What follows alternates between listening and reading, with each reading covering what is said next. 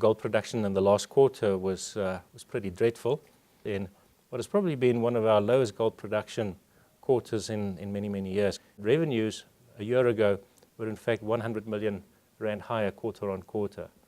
Headline earnings are also negative, -7 cents per share, down from 14 cents a year ago. So these are anything but happy trends. A year ago, our share price was roughly twice what it is at this point in time. The action measures going forward, although we've got 200 million rand in the bank, we've got some commitments that we've got to meet in the not too distant future. The one is a 21 million rand rehabilitation guarantee that we've got to pay, and then there's about 70 million odd that we have to pay in July. Now that is money that we cannot touch. You cannot just blindly, based on blind faith and hope, run this process until such time as it sorts itself out. Not if you're burning cash at the rate of 10 or 15 million rand a month. So we decided, well, let's stop this thing. Let's go back to what we know. Let's get some solid ground under our feet, stabilize the low-grade circuit, see exactly what it is that we can get out of the, and if I talk about the low-grade circuit, I'm talking about everything that was there before we built the flotation and the fine grind. Let's go back to that and just see how much gold can we produce. Where does it settle down? Where does it stabilize? See what the cost profile then looks like in order to produce the number of kilos that this process is yielding, and then reconfigure whatever needs to be reconfigured in order to make sure that the revenue line stays above the all-in cost line, and then start over again. We are sourcing some high-grade materials into the City D plant.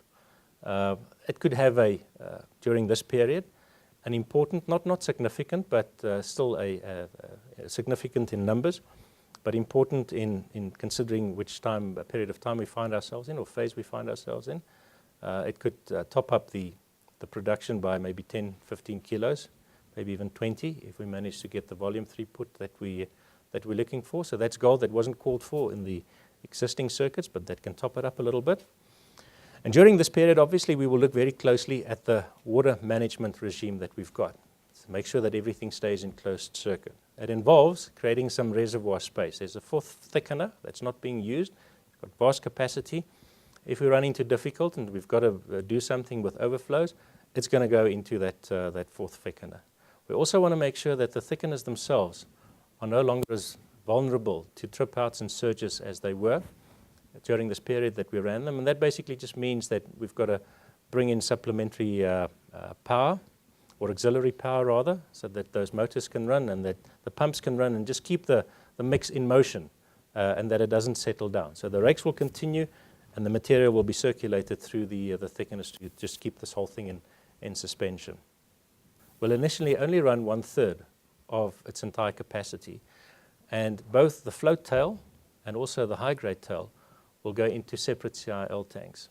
And there we will test exactly what the effect is of both the float circuit, the float cells, as well as the metallurgical process in the high-grade CIP on extraction efficiencies. There will be another step change. There was a step change about 6 years ago when we dropped our corporate cost from 120 million to 60 million in a year, and we did that just with a reorganizing of expenditure and traveling and planning and so forth and so forth. And it's also after the business had shrunk.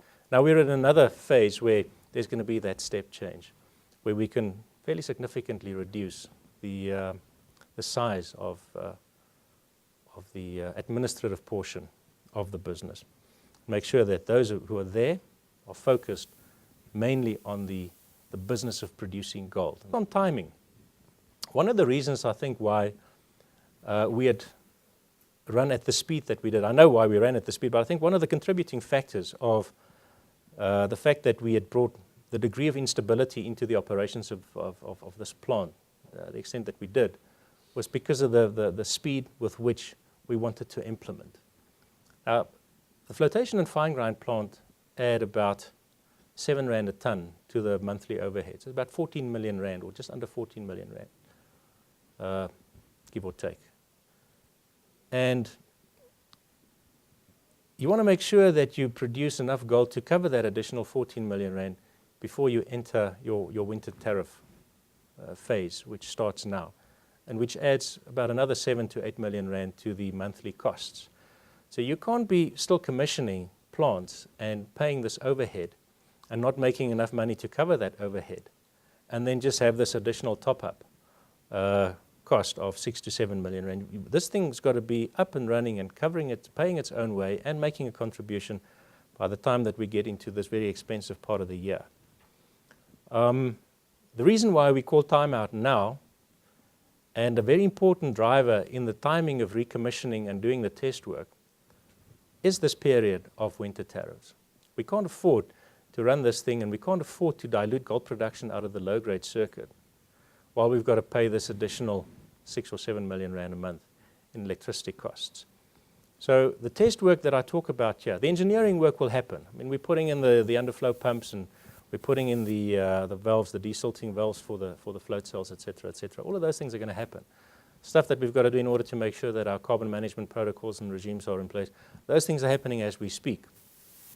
We'll probably start draining and refurbishing the fourth thickener within the next few weeks as well, and also doing some upgrades on the existing second bank of CIL tanks to be able to receive the float and the high-grade tail into those tanks and have adequate capacity.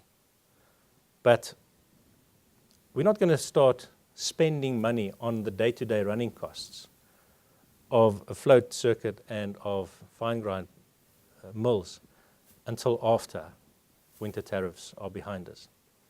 And we're also not going to dilute gold production, because remember, the moment that you start channeling a portion of your run-of-mine into these float banks, there's an immediate lockup of gold for a period of time until such time as it's basically saturated that circuit and the gold comes out the other day. And it could be a few weeks, it could be more than a few weeks. We'll know when we know.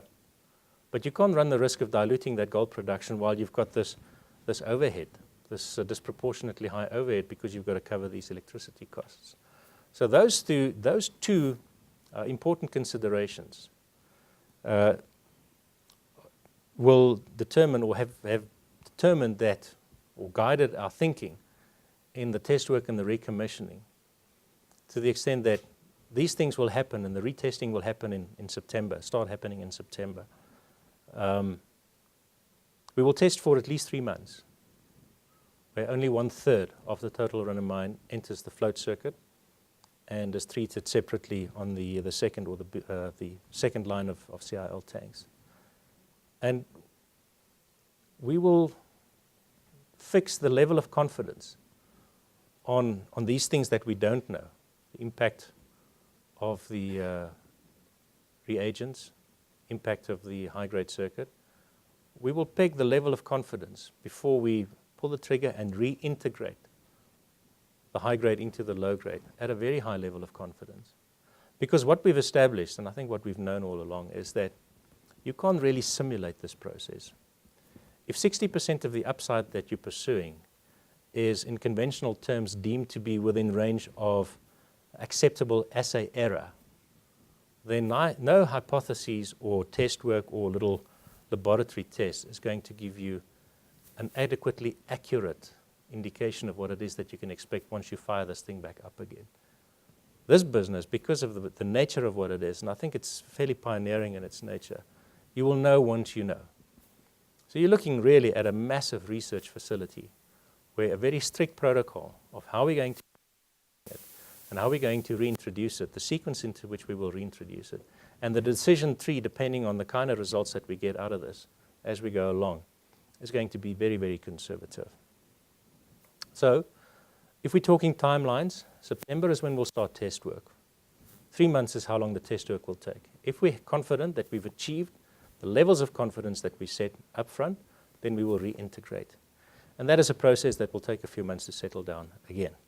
So hopefully by Christmas, we'll be able to buy ourselves a nice little congratulatory Christmas present, because this thing is working as well as it's supposed to. Additional 15% recovery efficiency is what is going to unlock a fairly substantial portion of our resources and extend that life for as long as the gold price and the technologies are mutually supportive. Off that footprint also, off an improved recovery profile, we can definitely extend the footprint, the existing footprint a little bit, both towards the east and towards the west. And we are in constant discussions with parties who have interests on either side of our footprint to see whether there is a prospect of bringing some of their materials into our plants. But that's got to happen at the higher recoveries. And that too won't grow the business, it will extend the life of the business.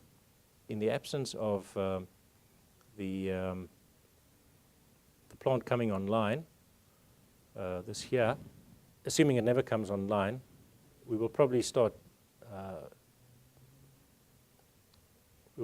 5 or a 6 year closure phase